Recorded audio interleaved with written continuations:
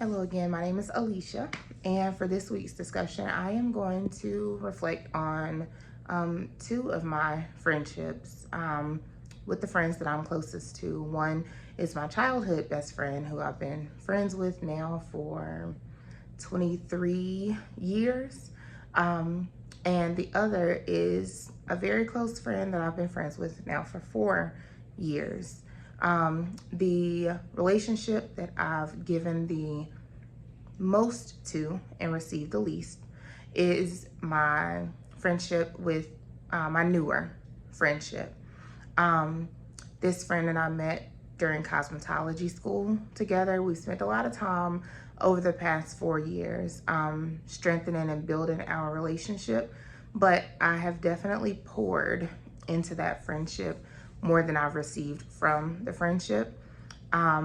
And I've attributed that to just differences in upbringing. We are not necessarily on the same levels of development in certain areas of our lives, such as emotional health, spiritual walks, and things of that nature. So I care for her dearly, and we do have a genuine friendship, but I have definitely given more than I've received in that friendship, and I have rationalized the reasons as to why it's like that.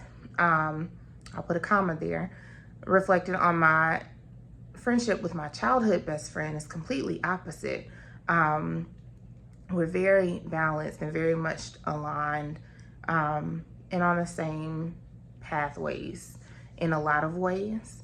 And our relationship is very reciprocal. And I mean, the question for the discussion asks what I've given the least to and received the most, I guess. This would be my example, is my childhood best friend, my relationship with her. But it is very balanced. That leads me just to reflect on the article reading this week about contextual therapy, because I do recall a reference to the contextual therapy theory being based on ideas of the innateness of seeking justice and reciprocity in relationships in most people. And I can definitely see that in my friendship with me and my childhood best friend.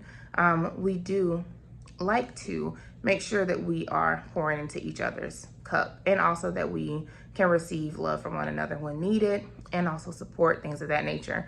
Whereas in my other friendship, if I am being honest, I don't believe that my other friend sees or possesses that tendency to be fair and just in the context of our friendship. So this week's discussion is helping me even to, as I've been doing some self-exploration, especially considering that friendship over the past few months, it's just further helping me to question the reasons why I have rationalized that is acceptable.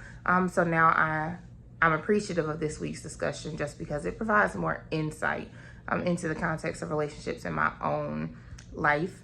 The intergenerational aspect of the question this week is important to me, because I definitely, I'm not quite sure that I see an intergenerational pattern as far as how my parents managed friendships and things of that nature. I don't really see that, but I know that I want to ensure that for my children, that they understand what healthy and balanced friendships and relationships, even within the context of family, should look like.